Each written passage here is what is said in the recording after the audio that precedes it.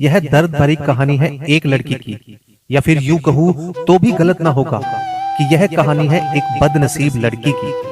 वैसे इस दुनिया में लड़की होना ही जीवन को काफी कठिन बना देता है, और जब आप दिखने में अच्छे ना हो, पढ़ाई लिखाई में भी अच्छे ना हो, तब सोचिए कठिनाई का लेवल क्या होता होगा। संध्या बचपन से ही पढ़ाई लिखाई में कमजोर थी। उसका रंग सांवला था, नाक नक्शा भी बाकी लड़कियों की तुलना में इतना खास नहीं था।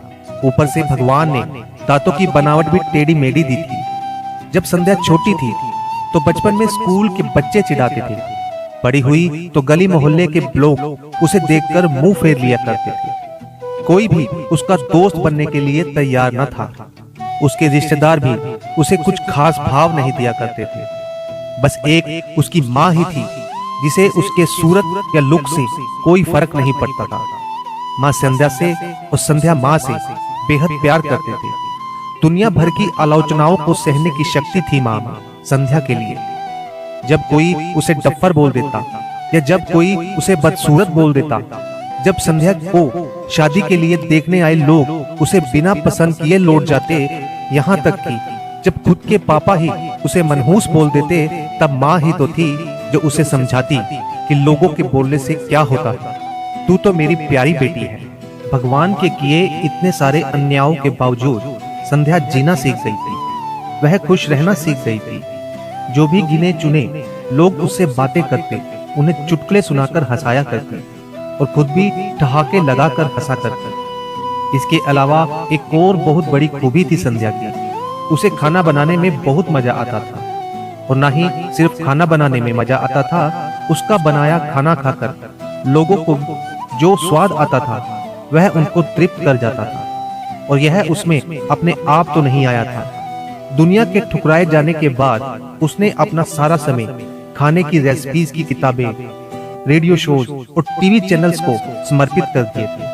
संध्या की तारीफ तो कोई नहीं करता, लेकिन उसके हाथों के बने खाने की तारीफ वह हर व्यक्ति करता जो उसे चखता। इस एक गुण की वजह से संध्या अपने आजू बाजू की औरतों में फेमस हो गई थी, क्योंकि जिसे भी खाना पकाना सीखना हो या कुछ नया पकवान बनाना सीखना हो तो वह संध्या के पास आती, और संध्या भी खुशी खुशी उन्हें सिखाती। उसके पास आने वाली औरतें अच्छा खाना बनाना सीख जाती, लेकिन लाख कोशिश करने के बाद भी संध्या के हाथों का वह जादू जो सबको तृप्त कर जाता, वह कोई न सीख पाता। संध्या की जिंदगी इन्हीं उतार चढ़ावों के साथ कट रही थी। एक बार फिर से माँ बाप ने जी तोड़ कोशिश कर एक फैमिली को संध्या को देखने के लिए मना लिया था। अगले दिन लड़का संध्या को देखने आने वाला था। संध्या को इस बात की खबर होने पर वह दुखी और गुस्सा हो गई थी कि बिना उससे पूछे पता नहीं क्यों माँ बाप लड़कों को बुला लेते थे और उसका मजाक बना देते थे। माँ ने संध्या को समझाया था कि ऐसा ही होता है, कोई भी बेटी अपने माँ बाप के यहाँ हमेशा नहीं रहती, उसे एक दिन शादी करके जाना ही पड़ता है। अगले दिन संध्या सुबह सुबह ही लड़के वालों के आने से पहले ही सज संवर कर कहीं निकल गई थी। उस दिन लड़के वाले घर आकर माँ बाप को बहुत खरी खोटी सुनाकर गए थे। वैसे भी पापा को संध्या पर हमेशा ही गुस्सा रहता था, इसलिए उसकी इस हरकत ने उनको गुस्से से पागल कर दिया। उस दिन पापा ने संध्या का सारा गुस्सा माँ पर उतार दिया था, यह कहकर कि एक मनहूस बेटी को जन्म देकर भी तुम्हारा मन नहीं भरा था, इसलिए उसको लाड प्यार देकर सर पर बिठा लिया है। हमेशा अपनी बेटी के बारे में गलत बोलने वालों से नाराज रहने वाली माँ आज खुद संध्या से नाराज हो गई थी, और वह अब संध्या के घर वापस आने की बेसब्री से राह देख रही थी ताकि अपना गुस्सा उस पर उतार सके। सूरज ढलने से पहले संध्या घर लौट आई थी। उसके चेहरे पर एक अजीब सी खुशी थी। हाथों में एक चेक था और एक सर्टिफिकेट था। संध्या माँ से कुछ कहना चाहती थी, लेकिन इससे पहले कि संध्या अपने मुंह से एक भी शब्द कह पाती, माँ ने उसे खरी खोटी सुनाना शुरू कर दिया। गुस्से में माँ बोलते बोलते इतना कुछ बोल गई कि जो संध्या ने कभी सपने में भी नहीं सोचा था।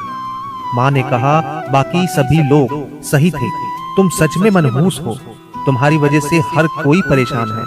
अच्छा होता जो तुम पैदा होते ही मर जाती, तो यह दिन ना देखना पड़ता हमें। गुस्से में माँ बड़बड़ाती तो सब्जियां काट रही माँ ने एक बार भी संध्या की तरफ नहीं देखा था।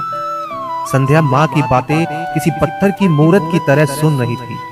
पत्थर की ऐसी मूरत जिसके शरीर में तो जान ना हो, लेकिन आंखों से आंसुओं की धारा बह रही थी। संध्या ने माँ से पूछा, माँ, क्या सच में तुम चाहती हो कि मैं मर जाऊं? क्या इतनी बुरी हूं मैं माँ? अभी भी गुस्सा सर पर सवार होने की वजह से माँ ने कह दिया हाँ।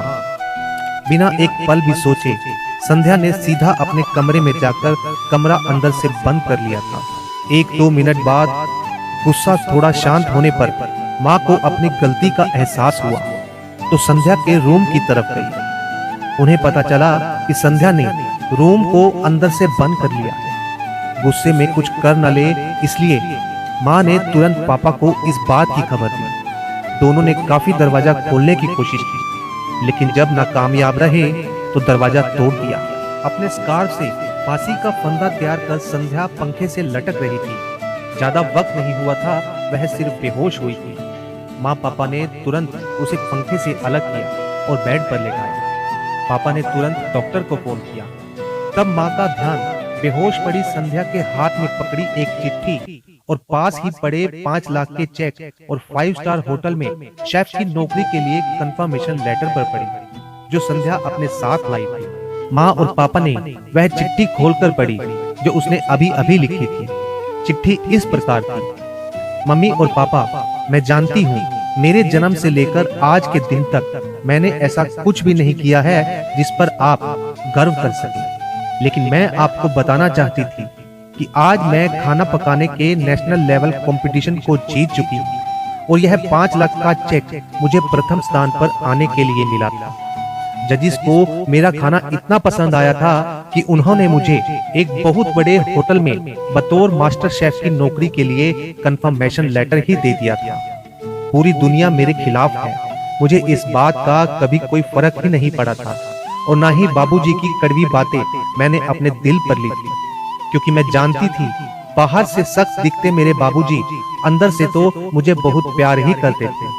प्यार न करते होते तो बिना मांगे मुझे कपड़े, मिठाइयाँ, पटाखे ये सब ना ला कर देते। माँ के प्यार को कोई क्या बयां कर सकता है। मेरी माँ मेरे लिए मेरी सारी दुनिया थी। जब माँ मेरे साथ होती तो मुझे किसी बात की परवाह न होती थी। मेरी माँ मेरी थी, इसलिए मुझे किसी और की जरूरत न थी। मेरी माँ मेरे साथ नहीं है तो मेरी दुनिया मेरे साथ नहीं है, इसलिए मैं आज दुनिया को ही अलविदा कहकर जा रही हूँ।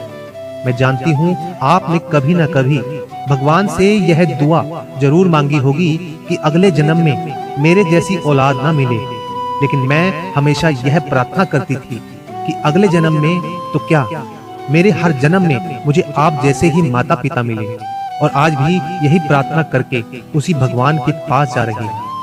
चिट्ठी पढ़ते पढ़ते माँ और पापा सर से पांव तक पछतावे में डूब गए थे और बेहोश पड़ी संध्या के सर पर हाथ फेरते फेरते हुए फूट फूट कर रो रहे थे।